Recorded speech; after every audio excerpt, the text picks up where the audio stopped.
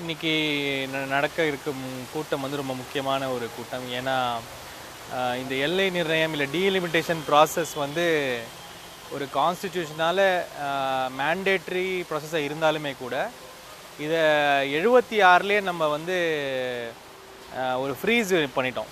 ஏன்னா இப்போ பாப்புலேஷன் ஜனத்தொகை அடிப்படையில் இந்த மாதிரி டீலிமிட்டேஷன் கொடுத்துட்டு போனோம்னா ஜனத்தொகை ஏறிட்டே இருக்கிற ஸ்டேட்ஸில் அதிக சீட்ஸும் ஜனத்தொகை கண்ட்ரோல் பண்ணிகிட்டு இருக்க ஸ்டேட்ஸில் வந்து கம்மி சீட்டும் வர்றதுக்கு வாய்ப்புகள் உண்டு.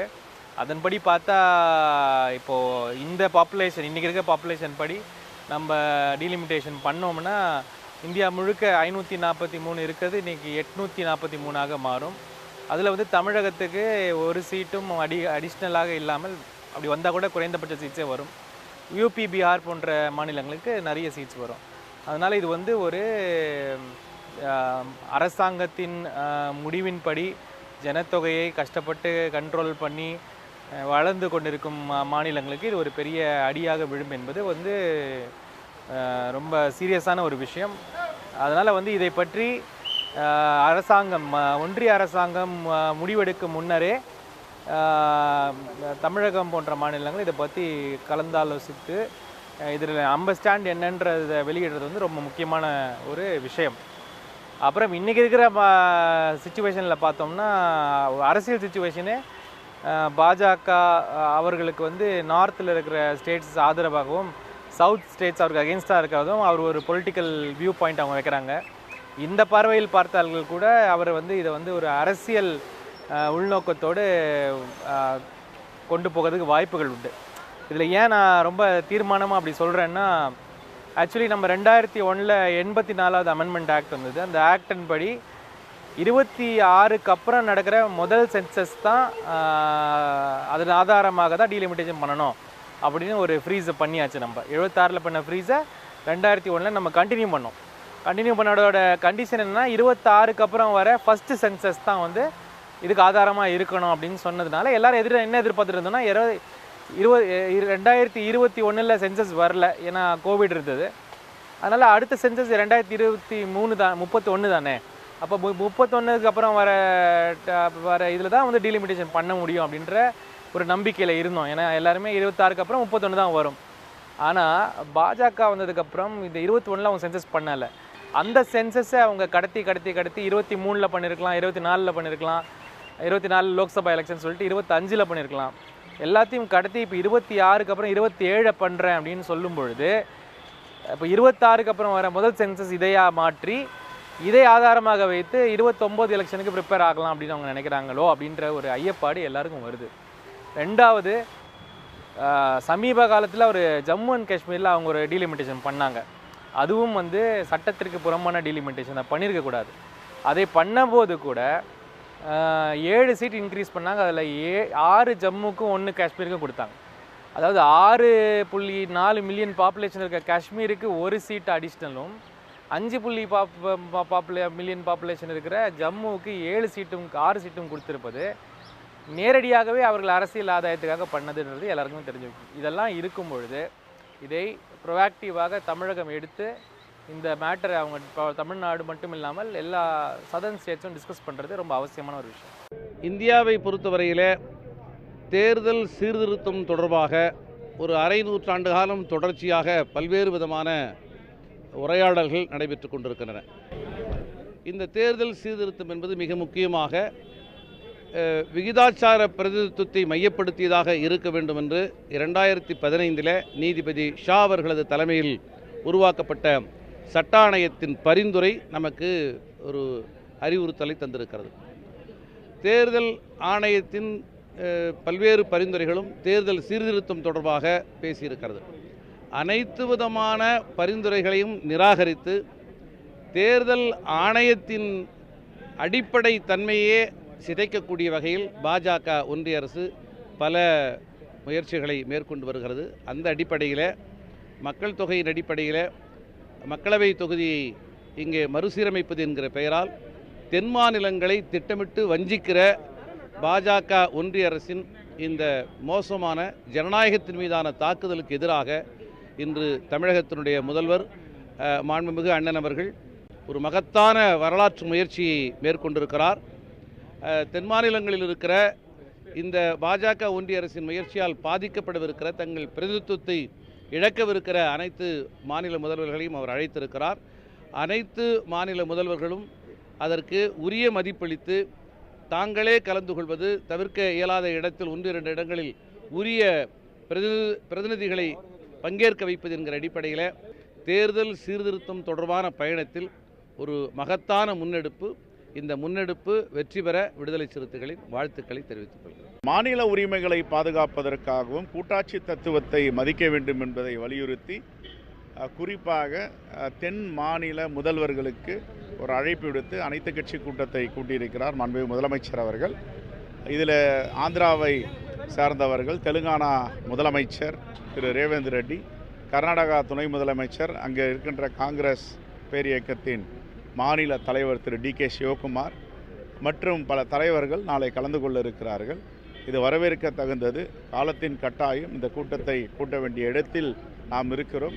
குறிப்பாக தென் மாநிலங்களை புறக்கணிக்க வேண்டும், தென் மாநிலங்களுடைய அதிகாரத்தை பறிக்க வேண்டும் என்ற அடிப்படையில் இந்த டீலிமிட்டேஷன் என்ற ஒரு முறையை இவர்கள் விரிவுபடுத்த இருக்கிறார்கள். இதனால் மிகப்பெரிய பாதிப்பு ஏற்படும். தென் மாநிலங்களே இல்லை என்றாலும் பரவாயில்லை, வட மாநிலங்களை வைத்து இந்தியாவை ஆளலாம் என்ற ஒரு கணக்கு போட்டு கொண்டிருக்கிறார்கள். ஒருபோதும் தென் மாநில மக்களும் தலைவரும் இதை விட்டு கொடுக்க மாட்டார்கள். இதில் நாம் வெற்றி பெறுவோம். இதனை முதன்மை பணியாக முன்னின்று இதை மாண்புமிகு முதலமைச்சர் அண்ணன் திரு தளபதி அவர்கள் எடுத்திருப்பதை பாராட்டுகிறோம், வரவேற்கிறோம். இந்த கூட்டம் வெற்றி பெறும். பாராளுமன்ற தொகுதி வரையறை சம்பந்தமாக ஒன்றிய அரசு தென் மாநிலங்களுக்கான அந்த பாராளுமன்ற உறுப்பினர் எண்ணிக்கையை குறைக்கும் வகையில் இந்த டீலிமிட்டேஷன் அந்த ஏற்பாடுகளை ஒன்றிய அரசு செய்து வருகிறது. இது மறைமுகமாக தென் மாநிலங்களுடைய எண்ணிக்கையை குறைப்பதற்கான ஏற்பாடு. இப்பொழுது அவங்க என்ன சொல்கிறாங்கன்னா, எண்ணிக்கை ஒன்றும் குறையாது அப்படின்னு சொல்கிறாங்க. இது ஒரு தந்திரமான பேச்சு. எண்ணிக்கை குறையாமல் இருக்கலாம், ஆனால் வட மாநிலங்களுடைய எண்ணிக்கையை உயர்த்தி விடுவது என்கிற இப்படியான தந்திரத்தையும் இவங்க செய்கிறாங்க. ஆகவே இதை கண்டித்து தென் மாநில முதல்வர்களுடைய கூட்டத்தை நம்முடைய மாண்புமிகு தமிழ்நாடு முதலமைச்சர் அவர் கூட்டியிருக்கிறாரு. அந்த கூட்டத்தில் மார்க்சிஸ்ட் கம்யூனிஸ்ட் கட்சியினுடைய கேரள மாநில முதல்வர் தோழர் பினராயி விஜயன், அதே போல் பஞ்சாப் மாநிலத்தினுடைய முதல்வர், கர்நாடக முதல்வர், இந்த முதல்வர்கள்லாம் கலந்துக்கிறாங்க. அதே போல் நம்முடைய தமிழ்நாட்டினுடைய முதலமைச்சர் மார்க்சிஸ்ட் கம்யூனிஸ்ட் கட்சியினுடைய அகில இந்திய 24வது மாநாடு மதுரையில் நடக்குது. அந்த மாநாட்டில் கலந்து கொண்டு அந்த மாநாட்டை வாழ்த்தக்கூடிய முறையில் மாநில அதிகாரங்கள் சம்பந்தமான ஒரு கருத்தரங்கு நடக்குது. அந்த கருத்தரங்களையும் பினராயி விஜயனோடு நம்முடைய தமிழ்நாட்டினுடைய முதலமைச்சர் மாண்புமிகு முதலமைச்சர் அவர்கள் கலந்துக்கிறார்கள் தான். வாழ்த்துக்களை நாங்கள் தெரிவித்துக் கொள்கிறோம். தொகுதி மறுசீரமைப்பு மக்கள் தொகை அடிப்படையிலே செய்தால் தென் மாநிலங்களுக்கு அதிக பாதிப்பு வரும் என்பது அனைவரும் அறிந்ததே. அந்த பாதிப்புகளை எல்லா மாநிலங்களும் அறிந்திருந்தாலும் தமிழ்நாட்டை பொறுத்தவரை முன்னெச்சரிக்கையாக நடவடிக்கைகளை எடுத்து அனைத்து கட்சி கூட்டத்தை போட்டு இப்போது தென் மாநில தலைவர்களை அழைத்து ஒன்றிய அரசினுடைய கவனத்தை ஈர்ப்பதற்காக அந்த முயற்சிகளை தமிழ்நாட்டினுடைய முதலமைச்சர் அவர்கள் செய்திருக்கிறார். அந்த முயற்சிகளை நாங்கள் வரவேற்கின்றோம். எப்படி மரியாதைக்குரிய வாஜ்பாய் அவர்கள் பிரதமராக இருந்த பொழுது தமிழ்நாட்டினுடைய கோரிக்கைகளை ஏற்று 25 ஆண்டுகளுக்கு தள்ளி வைத்தார்களோ, அதைப்போல இப்போதும் அதை ஒன்றிய அரசு செய்யும் என்ற அந்த நம்பிக்கை இருக்கிறது. இப்போது 25 ஆண்டுகளுக்கு தள்ளி வைப்பது மட்டுமல்ல, என்றைக்குமே மக்கள் தொகை அடிப்படையிலே தொகுதி மறுவரையறை செய்தால் குடும்ப கட்டுப்பாடு திட்டத்தை தீவிரமாக செயல்படுத்திய மாநிலங்களுக்கு பாதிப்பு தான் வரும். அதனால் அதை புரிந்து கொண்டு முழுமையாக இனி மக்கள் தொகை அடிப்படையில் செய்யப்படாது என்ற உறுதியை ஒன்றிய அரசு கொடுக்க வேண்டும் என்பதுதான் நம்முடைய கோரிக்கையாக இன்றைக்கு இருக்கிறது. தமிழ்நாட்டினுடைய முதலமைச்சருடைய அழைப்பை ஏற்று பல மாநிலங்களிலிருந்தும் இன்றைக்கு பல பிரதான கட்சிகளுடைய தலைவர்கள் எல்லாம் நாளைய கூட்டத்திலே கலந்து கொள்ள சென்னை வர இருக்கிறார்கள். அந்த கூட்ட நிகழ்வுகள் சிறப்பாக நடந்து கூட்டத்தினுடைய தீர்மானங்களை ஒன்றிய அரசு நிறைவேற்ற வேண்டும் என்ற அந்த எதிர்பார்ப்போடு வாழ்த்துக்களோடு வருகின்ற அனைவரையும் வரவேற்கின்றேன்.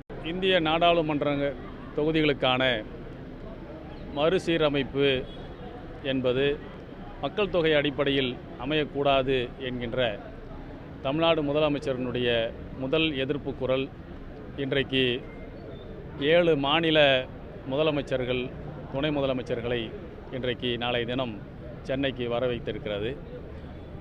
இந்த தொகுதி மறுசீரமைப்பை பொறுத்த வரைக்கும் 5ஆம் தேதி நடைபெற்ற அனைத்து கட்சி கூட்டத்தில் எடுக்கப்பட்ட முடிவின் அடிப்படையில் 30 ஆண்டுகளுக்கு அது ஒத்திவைக்கப்பட வேண்டும் என்கின்ற கோரிக்கை ஒரு நியாயமான கோரிக்கை.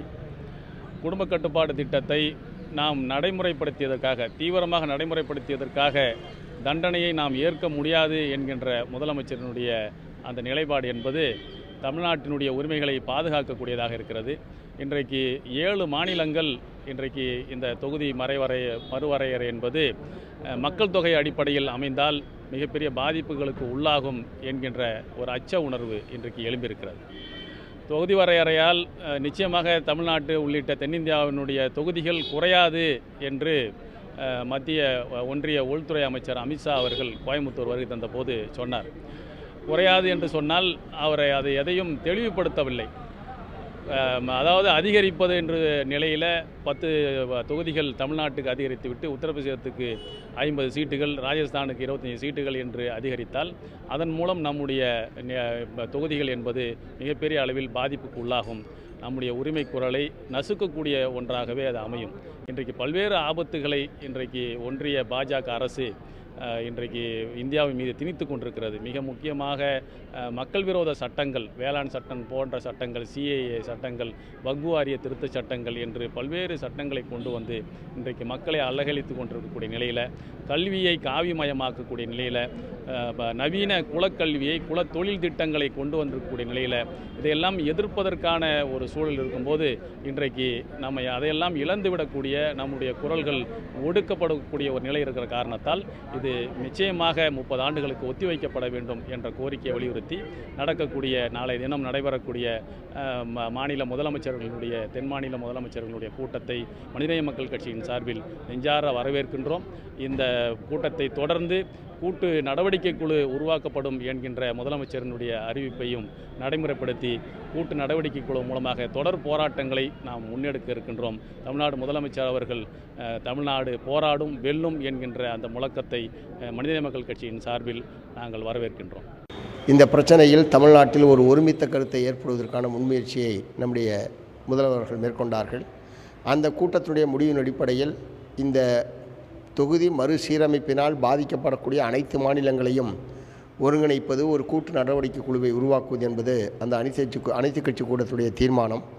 அந்த தீர்மானத்துக்கு செயல் வடிவம் கொடுக்கக்கூடிய வகையில் வரவேற்கத்தக்கது.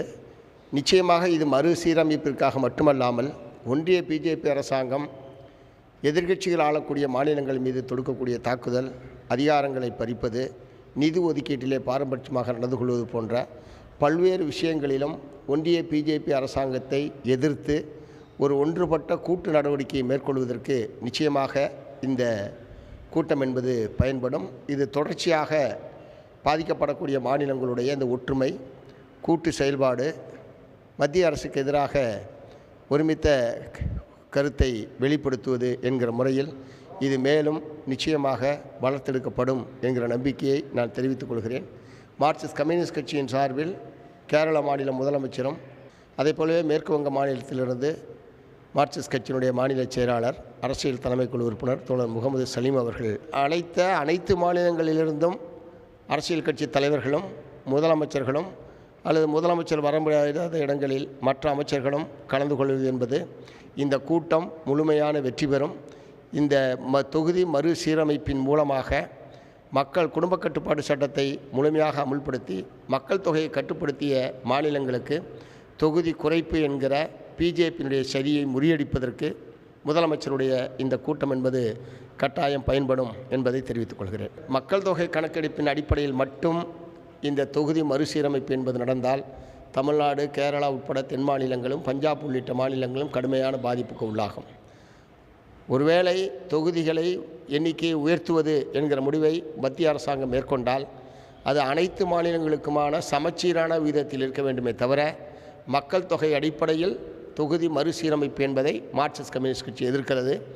இந்த தொகுதி மறுசீரமைப்பினால் எந்த ஒரு மாநிலத்தினுடைய பிரதிநிதித்துவம் குறையக்கூடாது என்பதை கட்சியின் சார்பில் நாங்கள் வலியுறுத்துகிறோம். உடனுக்குடன் செய்திகளை தெரிந்து கொள்ள சன் நியூஸ் பெல் ஐகானை கிளிக் பண்ணுங்க.